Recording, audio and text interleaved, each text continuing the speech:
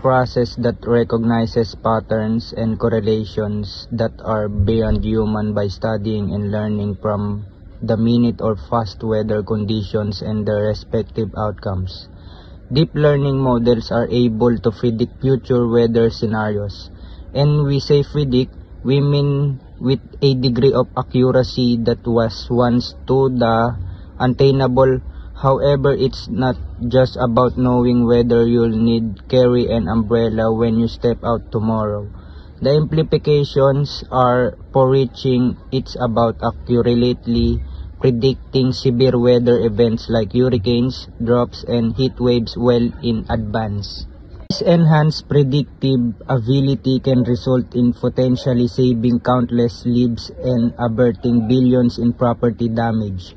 So the next time you casually check the weather on your phone or smart device, remember this: it's not a product of some mystical, inexplicable force. It's deep learning at work forecasting the future, one weather pattern at a time.